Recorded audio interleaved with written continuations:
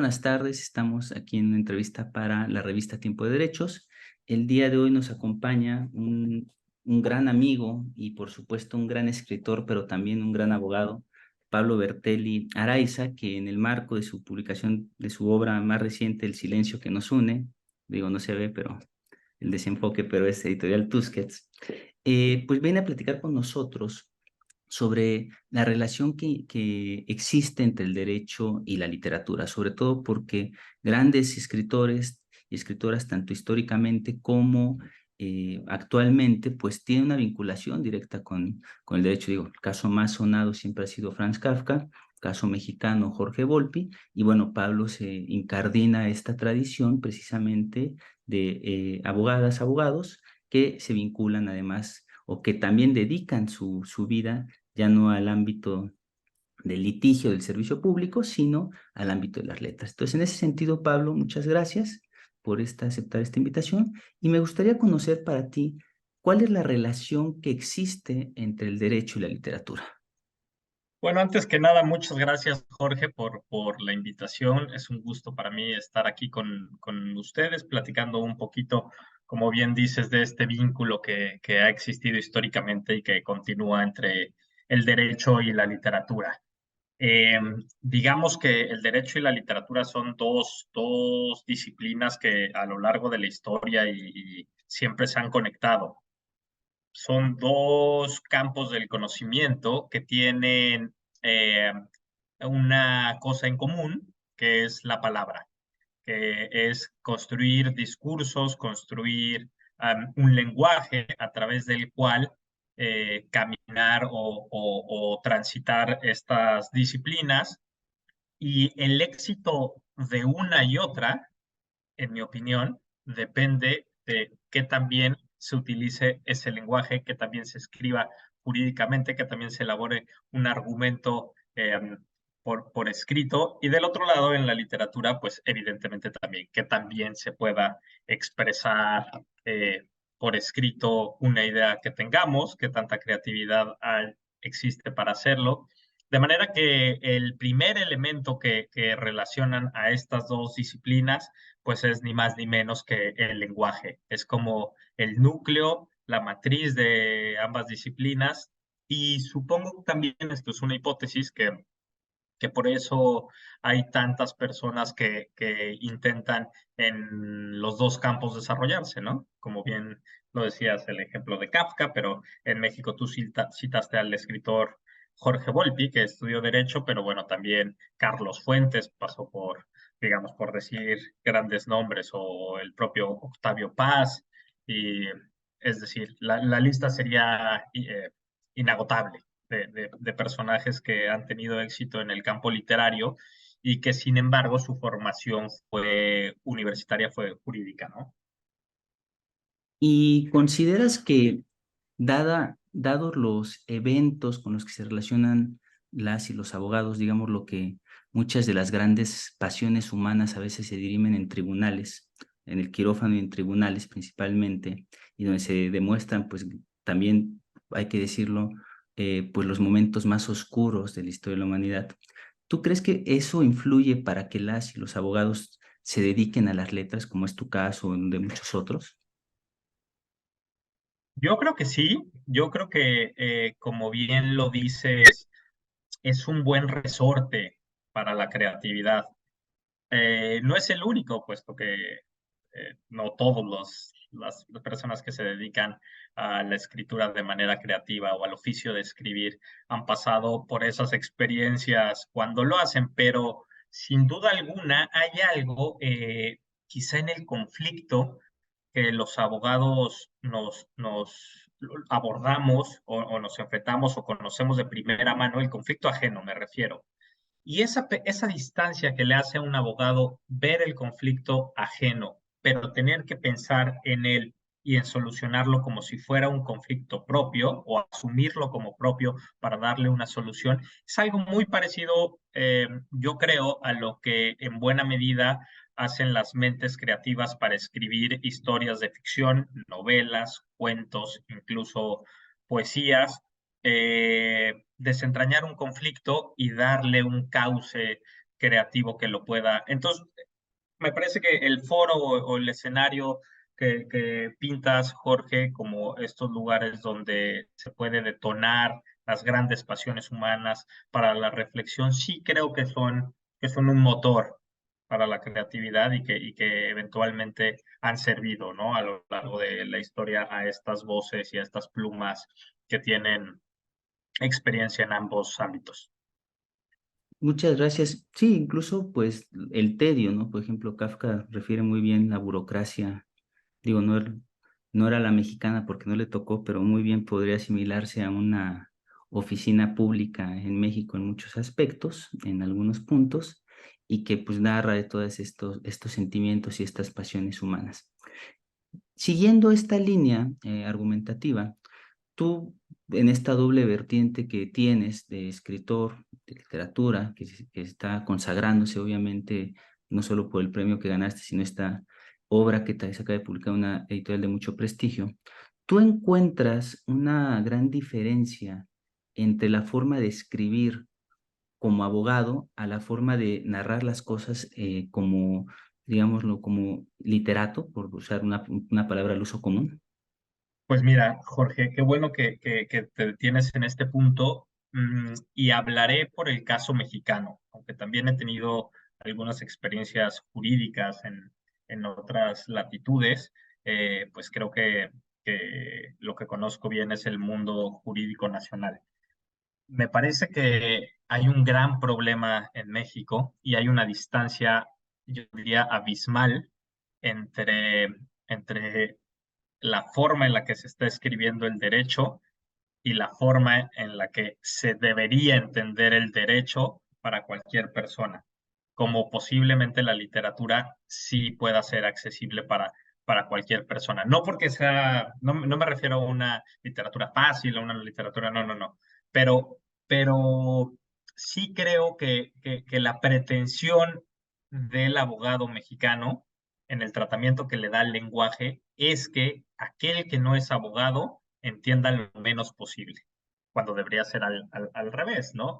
Acercarnos a la sociedad, hacer en cualquier nivel, desde una demanda, una sentencia, cualquier ejemplo que queramos tomar de escritura técnica, jurídica, es casi incomprensible para una persona común y corriente que no haya tenido conocimientos jurídicos previos. En cuanto a sintaxis, a estructura del lenguaje, no sigue, muchas veces, o me atrevo a decir que es muy pobre en ese sentido. No creo que siga ni siquiera reglas, argumentos jurídicos o ideas de derecho, no siguen las reglas ortográficas del propio lenguaje muchas veces, ¿no? Acaban confundiendo y en ese sentido sí creo que hay una diferencia muy fuerte entre ambas disciplinas. Una intenta conseguir lectores, hacerlo fácil la literatura, me refiero, hacerlo fácil al acercamiento y encontrar un vínculo entre el que crea y el que posteriormente lo va a leer, o si estilísticamente toma la decisión de hacerlo un poco más complicado o darle algunos retos, siempre tiene, esta es una visión muy personal, pero yo creo que como escritor, como siempre debes de pensar que el lector es más inteligente que tú. No debes de menospreciar a aquel que está del otro lado. Y el abogado me da la impresión que en México parte de la idea contraria, pensando que se asume más inteligente que su cliente, más inteligente que la contraparte, e intenta demostrarlo por escrito y hace que sea ilegible prácticamente en muchos de los casos. Esto que coloquialmente se conoce como abogañol, ¿no? Como el propio idioma. Hay que traducir ese idioma. Entonces ahí creo que sí no hay una diferencia tajante, yo diría, entre ambas disciplinas. Y es muy interesante, en un artículo que se publicó hace poco en las revistas, que era Storytelling para Abogados, de Isaac Abdala, una frase que a mí se me quedó muy grabada, que decía, Eh, el derecho finalmente en algún punto, sea cual sea la tradición, va a terminar en un escrito, ¿no? Sea un derecho de petición, una demanda, eh, un recurso de amparo, una sentencia, siempre va a acabar en un escrito. Pero también vemos que si algo falta en las escuelas de derecho son asignaturas de redacción. Se aprende mucho a la memoria, se apela mucho a la memoria, pero poco a la redacción. ¿Por qué crees que se deba esto? Y claro, digo, si estás obviamente de acuerdo con esta idea, ¿no? Estoy completamente de acuerdo y creo que es un mal con el que cargamos y que no hemos, las nuevas generaciones de abogados y las nuevas generaciones de docentes como tú, que no solo conoces de derecho, sino que enseñas el derecho y te preocupas por esto, no hemos sabido cortar de tajo esa vieja tradición de la memoria, como bien lo dijiste, de aprendernos las cosas, no de razonar las cosas, no de sentar a desarrollar por escrito un argumento propio. Sabemos muy bien que es importante leer y creo que ahí hay un segundo tema que le hace falta a las escuelas de derecho, Jorge. Por lo menos en México, me parece que en el mundo anglosajón se ha transitado mucho más, no solamente cursos de redacción en lo inicial, que eso es desde luego muy importante, pero yo esperaría que una persona que llega al primer semestre de la carrera ya tuviera un nivel de redacción, sea a la Facultad de Derecho, o sea a la Facultad de Medicina, o sea a cualquier otra carrera, ya tengo un nivel de redacción mucho mejor con el que están llegando los universitarios. Pero como no está sucediendo, hay que atender eso, desde luego, pero también pasa por una cosa que creo que en las aulas de las universidades de derecho se está leyendo únicamente cuestiones jurídicas. Si desde un inicio hubiera un acercamiento a otro tipo de materiales de lectura, no solamente de redacción, sino un poco más novelas, ensayos de otro tipo, si hiciéramos más integral la formación y el acercamiento que el abogado debe de tener, invaluablemente, inevitablemente tendríamos generaciones de abogadas y de abogados que escribirían mejor, porque simplemente estarían aprendiendo a escribir a través de otras visiones, otras mentes que no tienen que ver con lo jurídico y que les romperían ese esquema y esa tradición de escribir como abogado, de aprenderte las cosas, memorizarlas y todo esto que hemos estado comentando en los últimos minutos, ¿no? Muy bien. Sí, estoy muy de acuerdo, Pablo, con usted. Y claro, las novelas que nos suelen dejar o los libros son de tal vez novelas criminales, ¿no? O dramas criminales, ¿no? Que están directamente relacionados con el derecho. Puede ser hasta de los juicios del mundo anglosajón, porque son los que se suelen, pues tal vez compartir más. Si las escuelas, si bien no lo hacen como un sistema, los alumnos que tienen el interés de adentrarse al mundo de la literatura, eh, ¿hay un momento específico para dar este salto? ¿Cómo dar un salto hacia la literatura estudiando una licenciatura en Derecho? ¿No? ¿Cómo adentrarse a este Mm, mundo?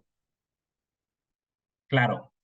Eh, pues mira, yo no lo tengo muy claro, no estoy seguro que haya una regla general que yo podría decir, el momento exacto es este. Sí tengo claro en puedo hablar por mí, ¿no? ¿Cómo fue mi experiencia?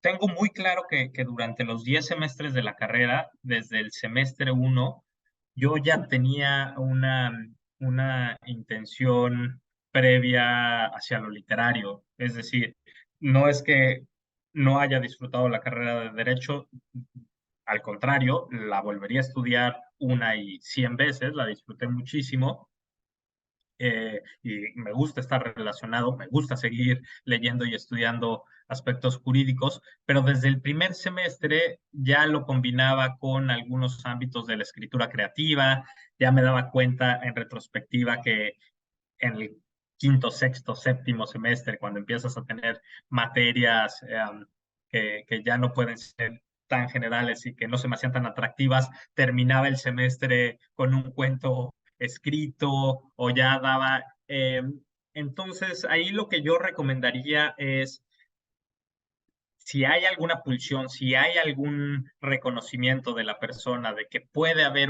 algo ahí que nos llame en el ámbito literario, pues lean. No se suban a la idea de que durante los 10 semestres que estarán o los 5 años que estarán eh, en la facultad o en la escuela de Derecho, únicamente hay que dedicarle todo el tiempo a la disciplina jurídica. Por el contrario, yo les diría, lean otras cosas, ciencia, arte, cualquier otra cosa que no tenga que ver con el mundo del derecho, a pesar de que las aproximaciones que los profesores nos pueden, como bien dices, hacer a novelas que tengan que ver con el derecho, yo creo que no, yo creo que la vida en general, como nos dicen en la escuela, todo acto puede tener una interpretación jurídica, cualquier cosa que suceda. Bueno, pues igual pueden encontrarlo en novelas que no se vendan o que no estén en la mesa de novela criminal, novela policíaca, novela de juicio, ¿no? Habrá cualquier cantidad de situaciones que podrán encontrar y será mucho más enriquecedor. Entonces, mi consejo más bien sería, si creen que tienen detectado eso, no se cierren el mundo solamente a lo jurídico. Vayan, busquen otro tipo de películas, vayan, busquen otro tipo de literatura, y si les despierta algún resorte o algún interés por escribir, yo recomendaría que busquen algún taller literario, que ahorita hay mucha oferta, algún curso donde a la par puedan ver si quieren continuar con eso o no. Ahorita que lo dices, Pablo, me parece una pregunta que me resulta irresistible hacer. Ujú. Es, bueno, podríamos tomar un acuerdo que, no, que leer es importante, pero es igual de valioso leer cualquier cosa, o si hay criterios para saber qué leer, ¿no? O sea, leer por leer es una actividad, pero leer con algún sentido es distinto, y sobre todo en el ámbito jurídico, ¿no? Tú lo has señalado muy bien, hay tal vez obras que no son estrictamente jurídicas, por ejemplo, Matar a un ruiseñor, que es una novela más bien, pero que tiene un impacto, pero Ujú.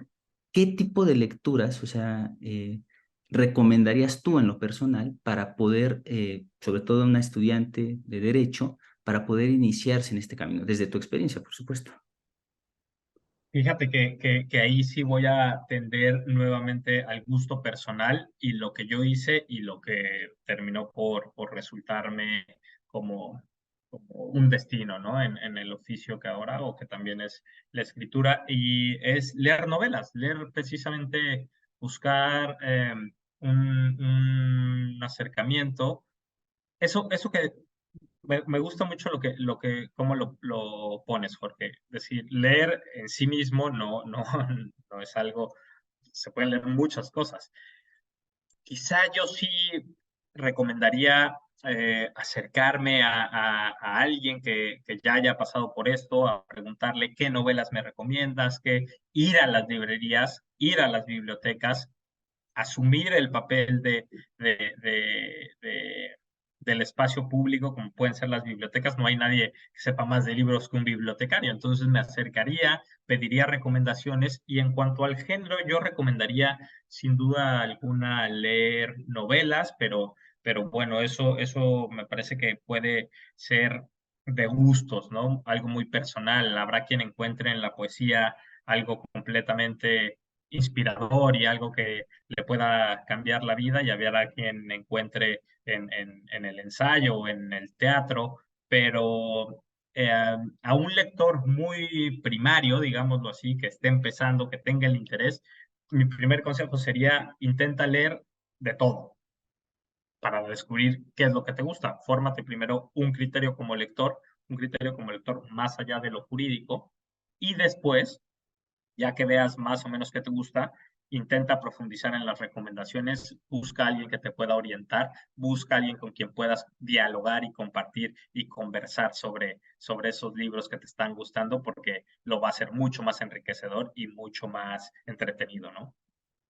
Claro, y sobre todo ahorita que decías la poesía, por ejemplo, algo un poema que a mí me vincula mucho con el ámbito jurídico es la balada de la cárcel de Reading, ¿no? De Oscar Wilde, cuando la escribe.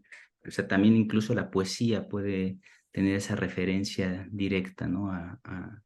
Al ámbito del derecho. Ahora, siguiendo este mismo camino, siguiendo el ámbito de la cultura, ¿cuál crees tú que es el gran reto de la cultura jurídica en México? O sea, que afrontamos actualmente, vinculando el ámbito de la cultura, pues, en general, la literatura, las artes, pero también de la cultura jurídica.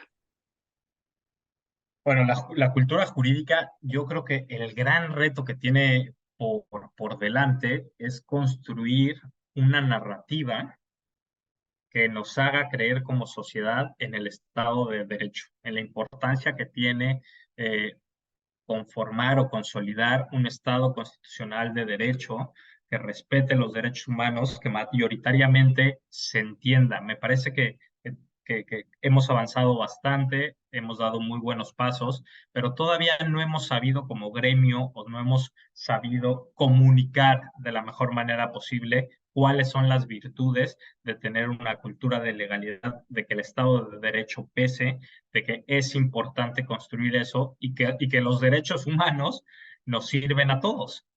Esa narrativa generalizada no la hemos sabido construir y yo tengo la hipótesis y me regreso al inicio de la conversación porque no hemos sabido comunicarle al mundo exterior por, esta importancia porque no sabemos escribir bien, porque no sabemos hacer que el lenguaje jurídico sea algo accesible y sea algo que cualquier otro individuo, otra persona que no tenga nada que ver con el derecho lo pueda entender, lo pueda asumir y lo pueda difundir. De manera que la cultura jurídica me parece que el gran reto que tiene primero el primer gran reto que tiene por delante en nuestro país es construir esta narrativa que haga más ahora, me parece que es un tema de coyuntura política que lo exige así, construir una narrativa y la importancia de cuál es, dónde está la importancia de apoyar un Estado constitucional de derecho. Y en un segundo plano o tercer plano, pues me parece que sí hay muchos retos por atender desde el lado de la cultura jurídica. Ya también lo mencionábamos, el tema de cómo se enseña el derecho, eh, cuáles pueden ser las puertas de acceso que puede tener la cultura como tal desde el derecho, ¿no? Podemos analizar muchas aristas de cómo puede impactar el derecho en la cultura, que me parece que están un poquitín desatendidas en este momento en México. Oye, Pablo, y digo ya para ir finalizando y no quitarte tu tiempo, no sé No, qué no, hora, adelante. no sé qué hora es en Trinidad y Tobago, pero bueno, aquí el cambio horario son las 3:30 de la tarde en este momento.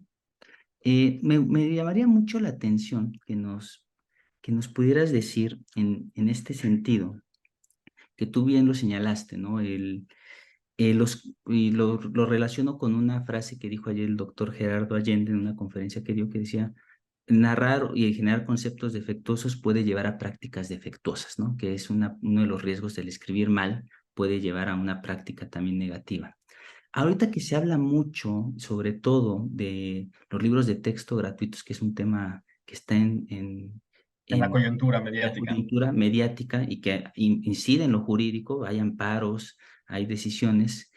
¿Tú crees que tenga tanta importancia eh, un buen libro de texto gratuito? ¿Cuál es tu opinión sobre este aspecto?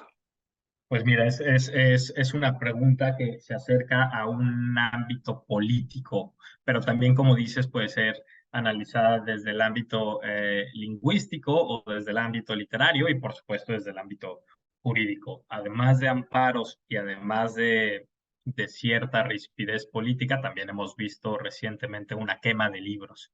Eso me preocupa un poquito más. Y creo que en esas imágenes y en este ruido mediático que estamos viendo, sí podemos extraer algo que es la importancia de un libro de texto en una sociedad como la mexicana, bueno, en una sociedad en general, pero como la mexicana, que ha costado tanto trabajo desarrollar. Yo no sé, no quiero satanizar sin conocerlos, porque no lo sé, la verdad es que no me he metido a profundidad, Me parece que ha habido algunos análisis de aquellas filtraciones que hubo de los libros, pero no sé pedagógicamente, no sé qué tanto impacto pueda llegar a tener eso. Me gusta una situación de todo este caos y de toda esta controversia que se está discutiendo sobre libros, que se está poniendo el eje rector de la política mexicana en sentido amplio sobre la política educativa y sobre los libros. Más allá de que superaremos seguramente en un par de semanas todo este ruido, dejará de aparecer en las portadas de los periódicos, pero habremos de recordar la importancia que unos y otros, que el bando negro y el bando blanco, ponían sobre los libros, y ojalá en ese momento las voces críticas puedan tener la capacidad de decir, perfecto, resolvimos el tema de los libros de texto gratuito, sigamos mejorando y sigamos haciendo el tema de los libros en México una cosa que por mejorar, porque hay muchísimo. Los niveles de lectura en nuestro país son lamentables. Estamos muy por debajo de promedios, incluso con otros países regionales. Entonces, yo resaltaría eso, Jorge. En esta controversia y en este ruido mediático donde hay tantas voces y hay tantos intentos también por llevar una ventaja o perjudicar políticamente al adversario, retomemos una cosa que es, estamos discutiendo públicamente, estamos deliberando sobre un elemento, sobre una cosita que es, siempre está ahí, pero nunca discutimos sobre ello, que es la importancia del libro en la sociedad. No solo para los niños, pasémoslo, generalicémoslo y sigamos discutiendo sobre la necesidad y sobre la importancia de la lectura y de los libros en nuestro país. Muy bien. Alberto, ¿tienes alguna última pregunta? Mi última pregunta sería, usted como escritor y como jurista, ¿cómo reaccionar ante la censura?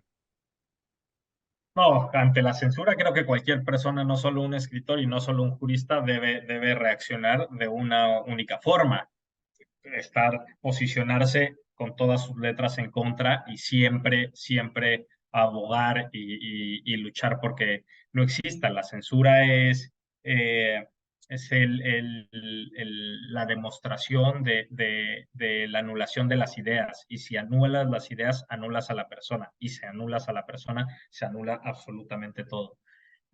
Hay que tener mucho cuidado con mecanismos de censura, sobre todo en este momento donde la censura empieza a encontrar de manera escurridiza nuevos mecanismos, nuevas formas, algunos disfraces que no siempre son tan fáciles de identificar, pero que acaban perjudicando de igual manera que cuando se presenta de manera desenmascarada, frontal. Um, Cerraría con eso, Alberto, te diría que hay que ser muy críticos, más que nunca en temas de censura, de cómo se está dando, qué es censura y cuáles son las nuevas formas que está adoptando la censura, ¿no? Muchísimas gracias por su reflexión. Muchas gracias, Pablo. Pues fue un gusto platicar contigo. En verdad, les recomiendo No, mucho.